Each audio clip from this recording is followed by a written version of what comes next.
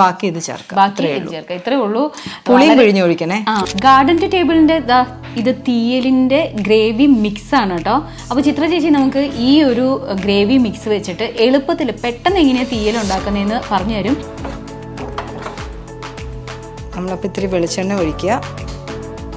കടുക് പൊട്ടി കഴിയുമ്പോഴത്തേക്കും വറ്റൽമുളക് ഇടുക.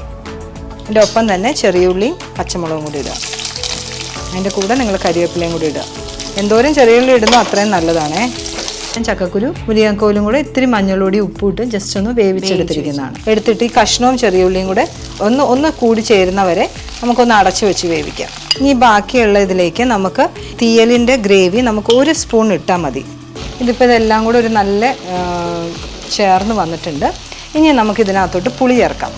ഓക്കെ, ഇനി നമുക്ക് ഈ തീയൽ മിക്സ് ഗ്രേവിയുടെ മിക്സ് നമുക്ക് ആ നേരത്തെ വേവിച്ച് വെച്ചതിൻ്റെ വെള്ളം കൂടെ ആയിട്ട് ചേർത്ത് അടച്ചു വെച്ച് വേവിക്കാം. 5 മിനിറ്റ്സ് കൊണ്ട് നമ്മുടെ തീയൽ റെഡി.